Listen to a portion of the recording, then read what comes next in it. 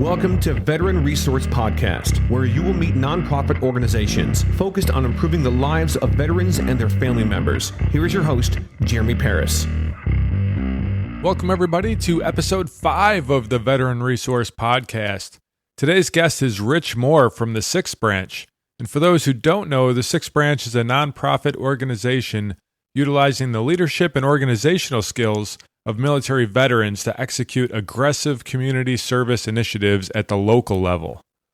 I've had the opportunity to attend a couple of their events in Baltimore, and I'm just blown away by the physical change that they can make in a community in a matter of hours.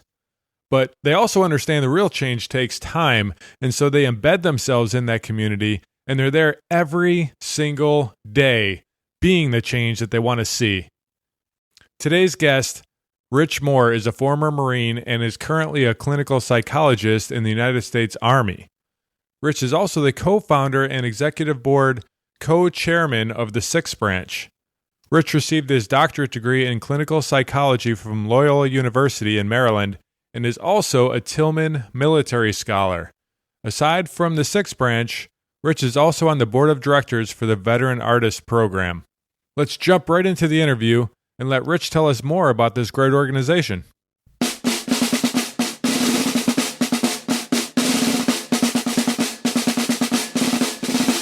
Welcome, Rich, to the Veteran Resource Podcast. Thanks, Jeremy. Glad to be here. The 6th Branch is an organization that I am pretty stoked to be talking about because aside from the Veteran Artist Program, the 6th Branch is the very next VSO that I heard about, kind of because VAP and the 6th Branch are kind of sister organizations. But ever since then, I've gotten the opportunity to work with the 6th Branch a few times, and every single time it was just a great experience for me. So I'm really excited to have you on the show today. Oh man, that's great. I'm glad you enjoyed all this stuff. So before we get into talking a little bit more about the 6th Branch, I wanted to talk about you. And can you give me a little bit of background, where you grew up, things like that? Yeah, man. So I grew up in a town called Barberton, Ohio, which is basically a small suburb of Akron. And no one usually knows where Akron is except for LeBron James is from there. It's not far from Cleveland, Ohio, so it's kind of like a old factory rubber and steel town. So my mom worked for the rubber workers union her whole life. And so I kind of grew up with her working for the union. And, you know, I played soccer. And then once I joined the Marines at 18, my mom moved to Pittsburgh. But we were always kind of from that kind of family that was, you know, working in the factories. My relatives were steel workers or butchers or just, you know, your regular laborers. Okay. And so you joined the Marines, you said, at 18. Yeah, I think actually it was 19. But yeah, I enlisted in the Marine Corps at 19. It's kind of interesting because I didn't even know what the Marines were, but a buddy of mine asked me for a ride to the recruiter's office because he wanted to join the Navy. And just by coincidence, you know, I was sitting there in the lobby and the Marine Corps recruiter just kind of snagged me up and showed me a video. And the next thing I know, I was on a bus. You know, I've heard a lot of stories when I was in the Army of people that signed up in a very similar way where they said, yeah, I'll give you a ride. I'll just, you know, go and hang out. And yeah. in some cases, the person that they gave a ride to didn't even go in, but they ended up going in. That's exactly what happened. My buddy Dave actually he didn't join at that time because he couldn't get, I think it was a waiver he couldn't get for a diploma or something, but he's actually in the Navy now and has been in for a few years, but at that time he didn't join and I was gone. Oh, wow. And so what did you do in the Marines? I was an infantryman. Yeah, so I was a regular ground pounder. I went to boot camp at Parris Island. I spent my entire enlistment with 3rd Battalion, 5th Marines out of Camp Pendleton. I did the Southeast Asia typical Marine deployment, and then I did OIF-1, the invasion of Iraq in March of 2003 on into the summer. And then when did you get out of the Marines? I got out of the Marines, I guess it would be July or August of 2003. Oh, okay. Yeah, so I was stop-lossed for the war, and then all of us that were involuntarily extended, once they thought the war was over that summer, all of us that were stop-loss were let go. Obviously, later on to find that the war was not over. Right. And so what did you do once you got out? So I originally went back to Ohio and I stayed with my two best friends back in Ohio. And I just went to a community college and tried to figure out what I wanted to do next. And then a girlfriend and I moved to Fort Lauderdale, Florida, and I worked for the TSA at the airport full time while I also went to college full time. And I did that for a few years until I got my bachelor's degree. Once I got my bachelor's degree, I pursued a doctoral degree in psychology, and that took me to Baltimore. So you grew up in Ohio and then Pittsburgh, and then you went in the military, and then you went to Fort Lauderdale, and then eventually ended up in Maryland. Correct. Wow. Yeah, it was interesting. It was all coincidental. I applied to 3 doctoral programs. One was in Dayton, Ohio, one was in Cincinnati, Ohio, and the other one was in Baltimore. And I got into all of them, and I just, after doing all the interviews, I just decided upon Baltimore just because when I interviewed there, it seemed like a great place.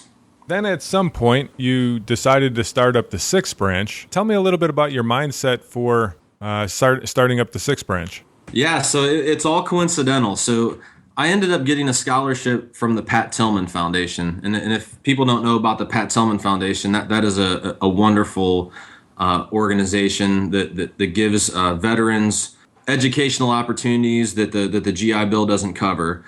And I got that scholarship, and through that scholarship, I was connected with another person that received that scholarship, and he was trying to save a local VFW post in Pigtown in Baltimore.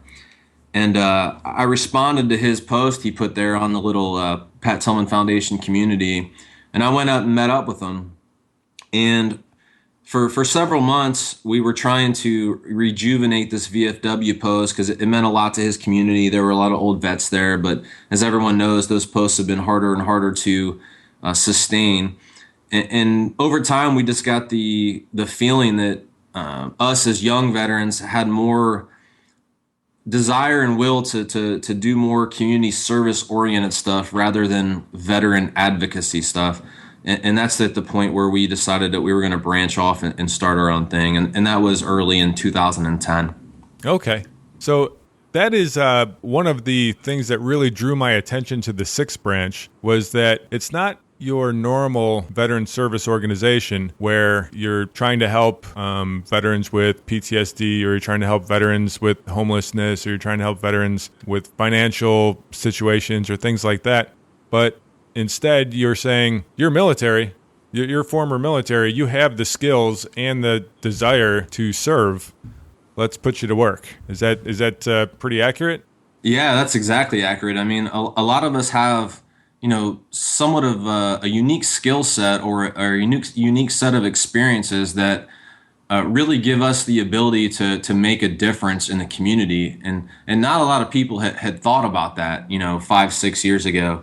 The opinion about the veteran community was that we were all these poor guys that went to war. We need to take care of them. And a majority of the VSOs are set up to give, financial or some kind of resources or some kind of benefit directly to the veteran. And we're not trying to downgrade the importance of that. We know a lot of folks can benefit from that. Right. But we really thought that there was a subset of veterans or even a majority of veterans who that wasn't the way that they needed to go, that for them to thrive and succeed in the civilian world, that they needed a new mission, and they needed not something to be given to them, but for them to give something back. And at least in a small part of the world there in Baltimore, we feel like we've given folks that opportunity. Right, and that little small part of Baltimore, is that Oliver that you're talking about? Yeah, it's East Baltimore mostly. And we didn't start out with a specific, neighborhood or area in mind. We just kind of started in a car with a couple of veterans driving around, and we saw some trash or something. We got out and picked it up, and that's really how it started. And the way that we ended up in East Baltimore was also through the Pat Tillman Foundation.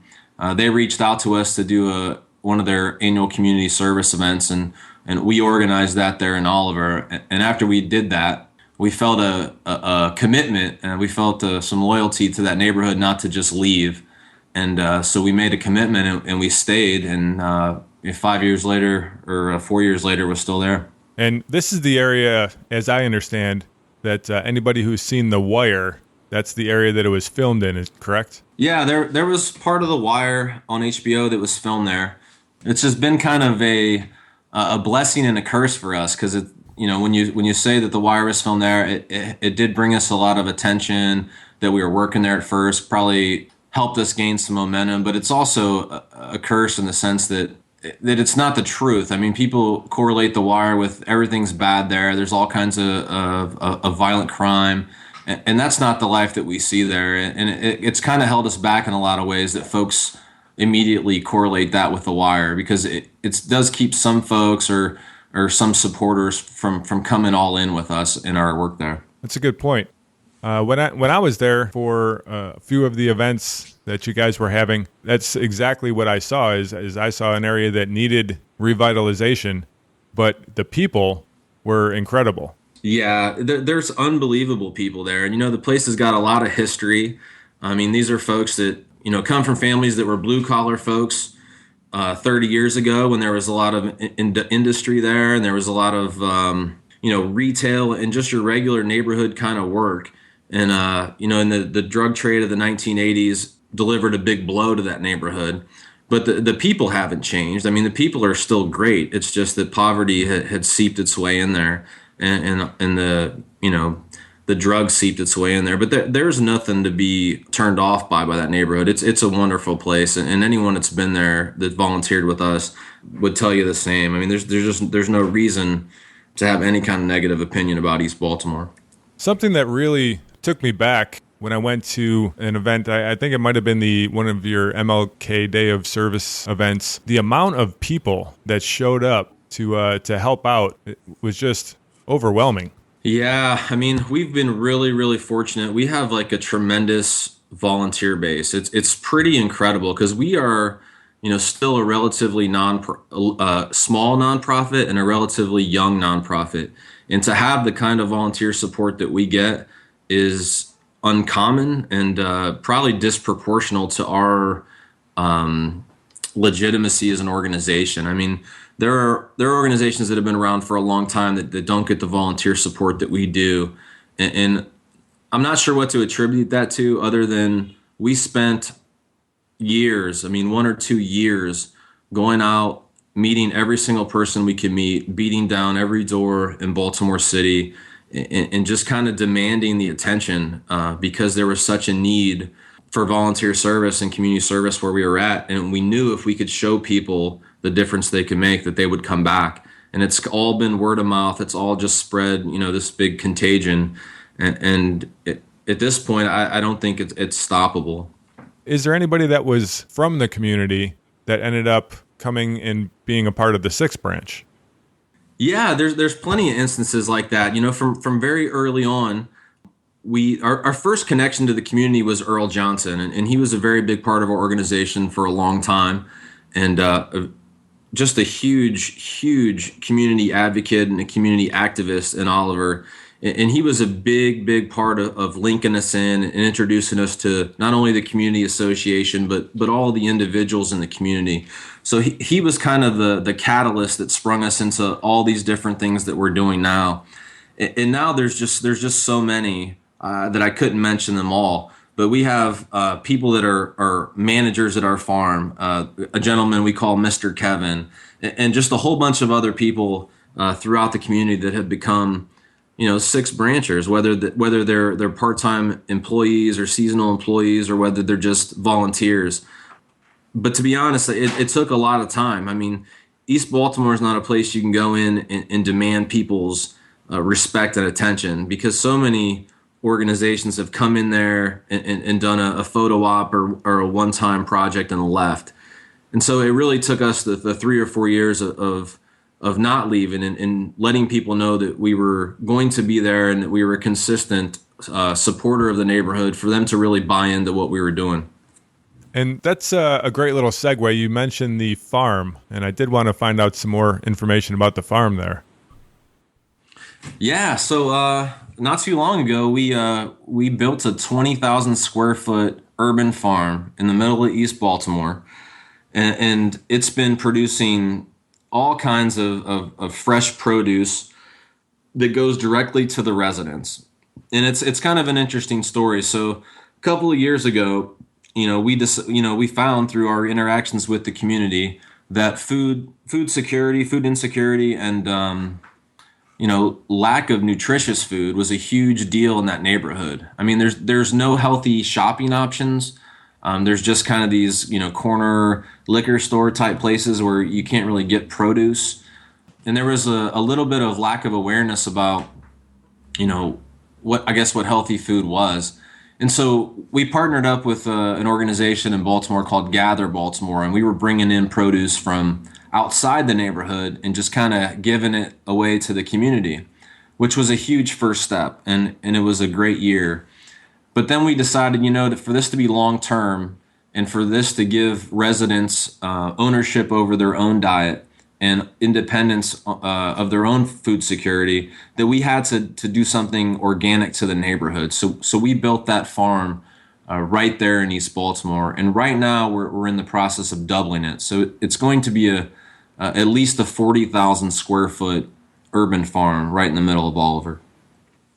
That's outstanding. I was listening not too long ago to a TED Talk about the gentleman, I can't remember his name, but he was talking about building urban gardens. And the quote that he said, it kind of stuck in my head. He said, "This is great for children because when a child grows kale, the child will eat kale." And it makes a lot of sense. It makes a lot of sense. Yeah, it does make a lot of sense. And I remember when we were first started the farm stand there, when we were working with Gather, we had brought in some chefs to kind of do nutritional education and cooking classes. And some folks, hadn't heard of kale yet. And I probably hadn't heard of kale yet until a couple years ago. But it's absolutely true. I mean, like once you introduce someone to it and then they got access to it, they're probably going to use it.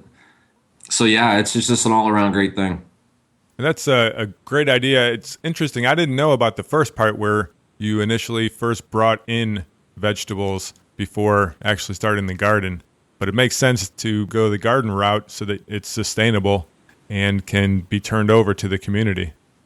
Yeah, and that's the big thing is like, we want to, we built the garden, obviously, and we're managing the garden to a certain degree, but the entire goal is to transfer, complete management and authority over to residents. And that process started very early on and through hiring part-time workers, elevating them to the managerial levels. And hopefully in a couple years, we're looking at a farm that we don't even have nothing to do with other than, they can call us for any kind of support. And that will really feel like success for us if that thing's just rolling as a neighborhood thing without us.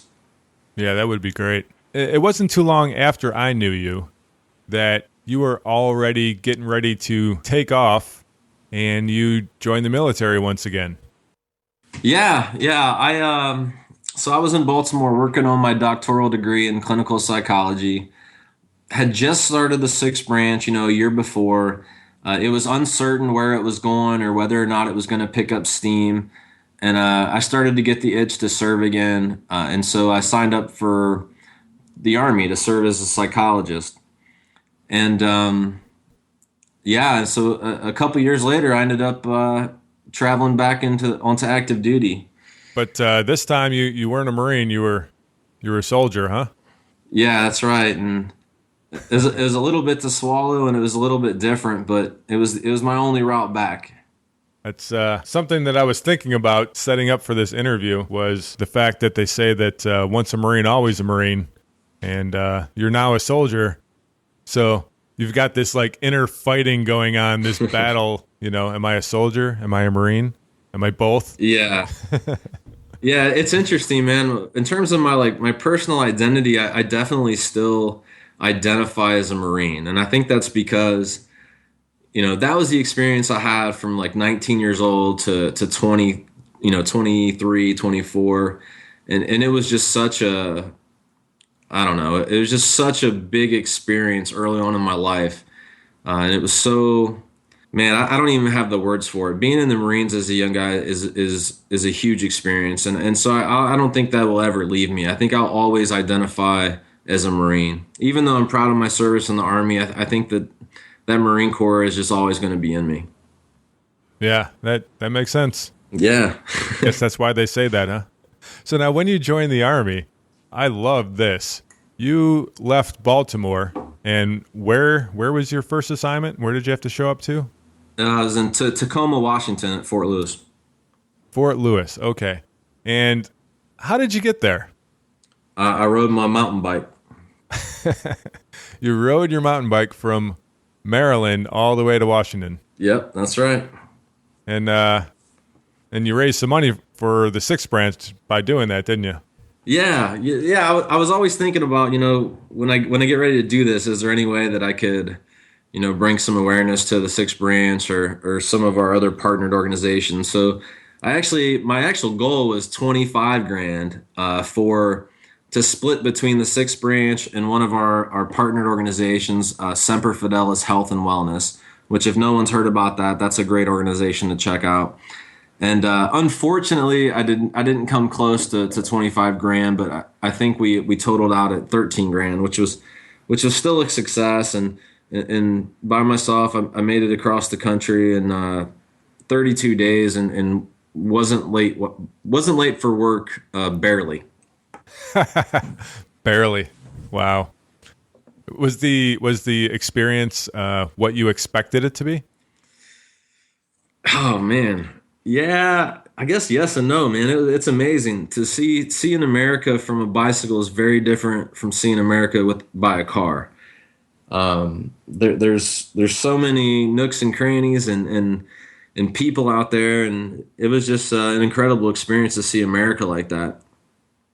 Yeah, I know that from a bike, it's definitely a different angle. One of my favorite places in America is Skyline Drive in Shenandoah National Park, and I go there every year, many times. I've hiked, I don't even know how many miles there, but I drive that all the time, every year. And this past year, I bought a bike, and I said, you know what? I always see road bikers going across Skyline Drive. I want to give it a shot. And so I took my bike up there, and I only had my bike after not riding for, 30 years. I had it for a week, I think, and I said, yep, I'm going to Shenandoah. Went up there by myself, and I rode, I think, 32 miles of Skyline Drive. And the experience, even though it's the same road that I've seen hundreds of times before, the experience was so different, just kind of being on the bike. Yeah, man, it's so vast out there, and people don't realize it because they commute by planes and trains. But man, it's there's so much space out there, and there's so many different communities. And actually, the people I met that took me in and realized that I was doing a bike ride for charity, and whether they gave me a place to stay or bought me a meal, just kind of renewed my hope in the American populace. I can imagine. Yeah. Going back to the 6th branch, I wanted to talk a little bit about, I always see the hashtag grab a shovel. What does that mean? Yeah, man, that's our mantra, man, is like grab a shovel means like, let's just get to work. We were founded as an organization that thought that a meeting was better had with a shovel than a pencil. That there were a lot of organizations out there that were having meetings and that were talking about doing stuff and they were doing all their administrative stuff, but nobody ever seen them on the streets actually doing anything. And we wanted to be the opposite of that. We wanted to be the people that they always seen on the street with a shovel. And so that became kind of our little hashtag or our little mantra. You guys have people grabbing a shovel every single week out there. Yeah, man, we have what we call Semper Friday. So every Friday we have volunteers out in East Baltimore. Most weekends we have people out there on Saturday. And most weeks we have people out there on other days. It's just depending on what organizations are wanting to set up a service day or what volunteer group contacts us. But our regular folks are out there every day. And that's what makes us tick. I mean, we're not sitting around in an office somewhere. We don't even actually really have an office, but you can go find our guys working there in the farm, or working there in Ambrose Kennedy Park, or working in Darley Park, or working there at the Bethel Street Playscape any day of the week. You with a broom, an axe, a shovel, doing something, and that's what we always want it to be. That's outstanding. That's I think really what's separating you guys from a lot of other organizations is you're there every single day, and this has been years now.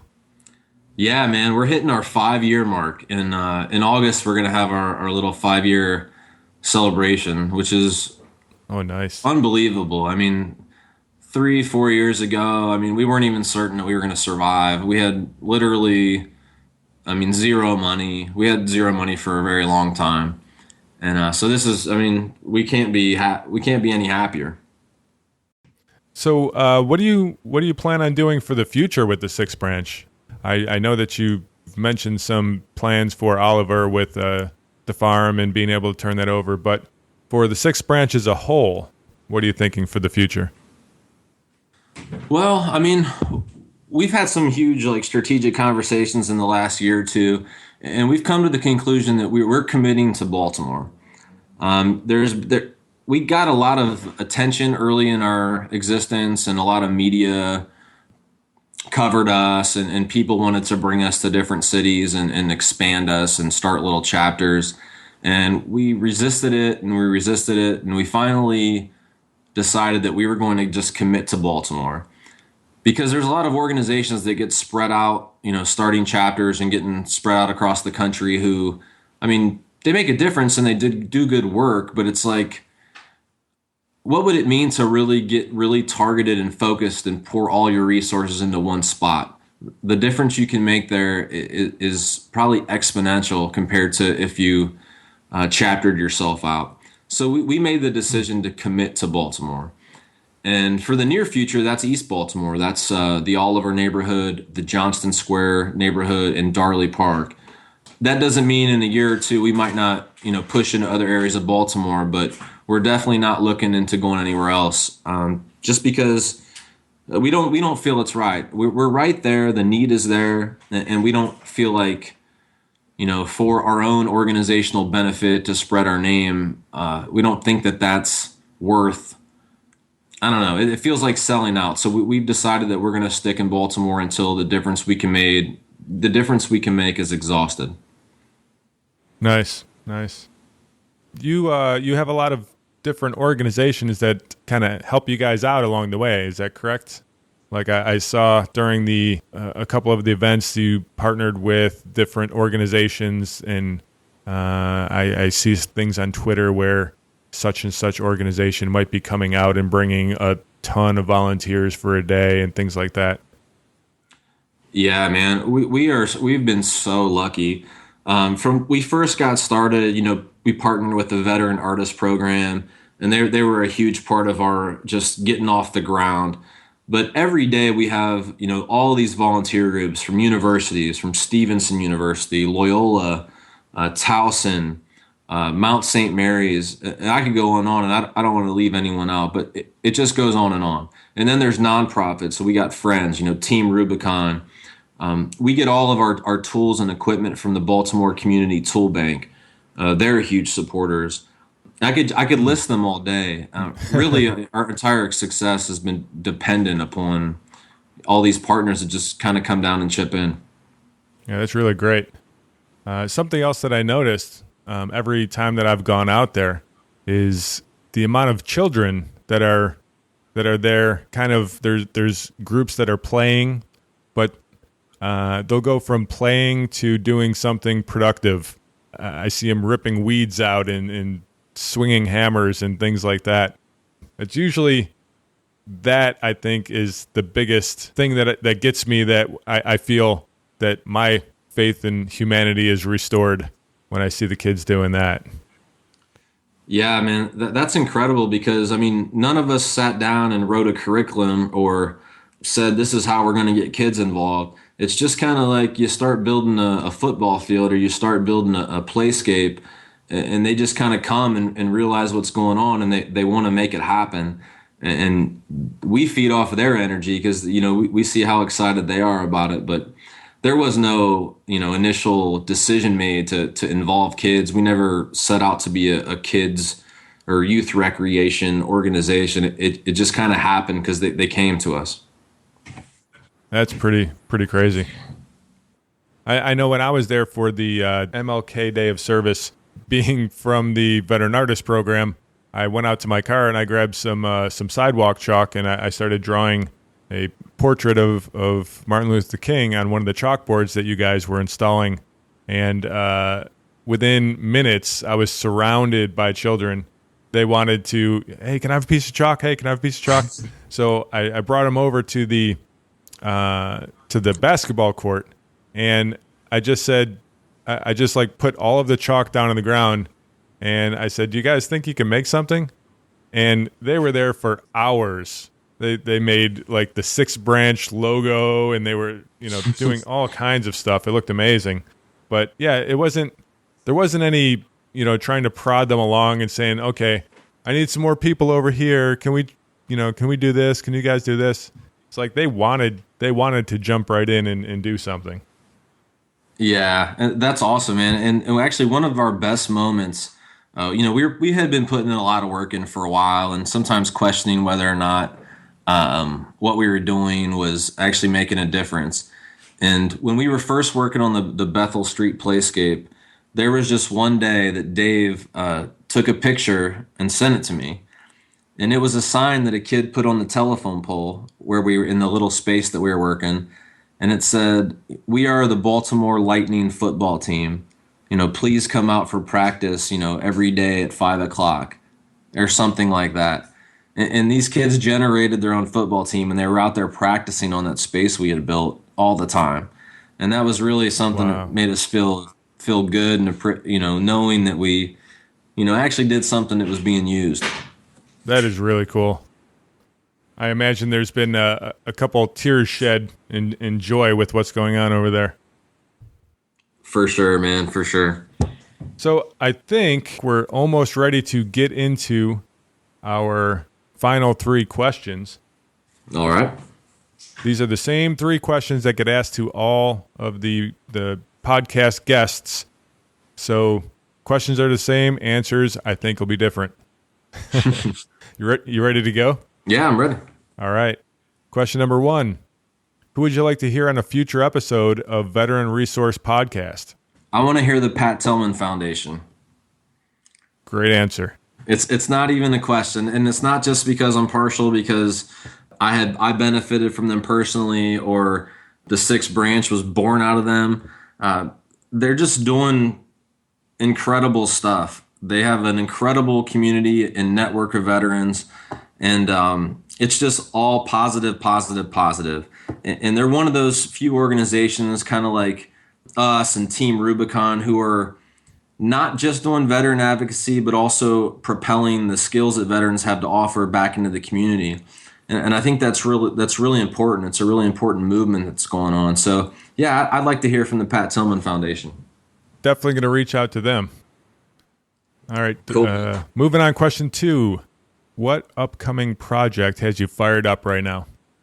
Oh, man. So we've got a couple that come to mind. So we've got this Neighborscape program that we're calling, which is kind of our name that we've given to our area management program. So we take care of these community spaces that don't really belong to anybody, and we turn them into these playgrounds or managed green spaces. And that's kind of what we're calling all of our stuff that we've got on, and we're going to call it Neighborscape. So that's kind of a new name we put on what we've already been doing that I'm excited about. But really what we're excited about is the farm, because we're about to double the size of the farm, and we're about to bring fresh, nutritious produce to more than 100 families on a regular basis in East Baltimore, and many more on an as-needed basis. And a lot of these folks are folks that have absolutely no other access to fresh food, and they're investing in it. It's not like that we're just handing it out. They're working there. They're investing in it, and it's just an all around good thing. So I've got to say it's the Oliver Community Farm. That sounds outstanding. I didn't know that you guys were getting ready to double that. That's great. Okay, last question. If you woke up tomorrow and you found out that somebody had made an anonymous donation of $10 million to your organization, what would you do with it? Man, $10 million is a lot of money. I'd have to say that probably 3/4 of it we would invest immediately, just because, you make 6 or 7% off of that. You can probably pay your executive director salary every year. And that means that you can exist, for another however many years. Because for us, we've always never even had the money to be sure we could do anything. We've had executive directors working for free, not had a paid staff at all. So to have some money invested that generated some, whether it's just 70 or 80K a year, would be like a huge deal to us. I'd probably take 100 or 150 grand and inject it directly into operations just to make our current operations more robust. And then I'd take the remainder and I'd give bonuses to our current workers, our executive director, Dave Landamore, and our operations manager, Colin Lyman, and everyone else that's working for us, just to let them know how much it meant to us for them to sacrifice so much. Because, like I said, some of them were working without getting paid. And they're there all the time, too. All the time. Outstanding. Those are some great answers. And before I go, I just wanted to let you know that right now on my wrist is the 6th branch bracelet I'm proudly wearing. Oh, man, that's great, man. Like I said, like 5 years ago, man, I was sitting in a basement with B.R. McDonald, who founded the Veteran Artist Program, and the rest of the guys that founded the 6th branch. And we were just drinking a beer and kind of talking out of our butts and not knowing where things were going to go. And time again, it looked like we didn't really have anything going other than our own, personal motivation. So just to even be talking to you 5 years later is just like really, really, really satisfying. So I really appreciate you even talking to me and for wearing that bracelet, man. It means a lot. Excellent. I really appreciate you being on the podcast. I love what the 6th branch is doing. And the whole reason for my podcast is that I don't think that enough veterans know about organizations like yours. And the 6th branch is really one of those that I wanted the world to know about. So hopefully some of the listeners can get connected with your organization and help out. Yeah, thanks, man. Especially if folks are in Baltimore, D.C., Virginia area, man, come on out, man. If you come out once, you'll probably come out again. Guaranteed. And so for those people that want to get involved with the 6th branch, what is the best way that they can get plugged in? Man, I'd say just visit the website. So it's the6branch.org, and you can send us a message through that. Or they can just email me directly. It's Rich Moore at the6branch.org. So RICHMOORE at THE 6 with the numeral 6 TH branch.org. Outstanding. And I will make sure that I put all of those links and everything that we've talked about in the show notes so that people can find that. Awesome, man. All right. Thank you so much, Rich. Yeah. Hey, listen, I'm going to be in Baltimore from the 3rd to the 12th before I PCS to Germany. So maybe we'll catch a beer. Absolutely. All right, brother. All right. See ya. Take care.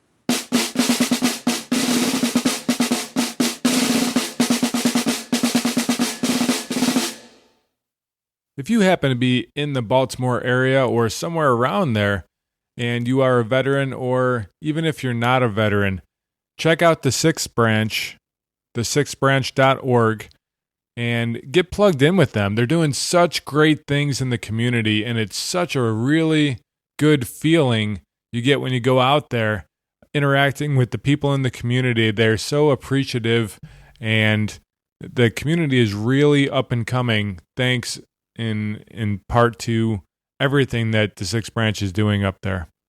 Also, make sure you check out the show notes. That's going to be at veteranpodcast.com /005.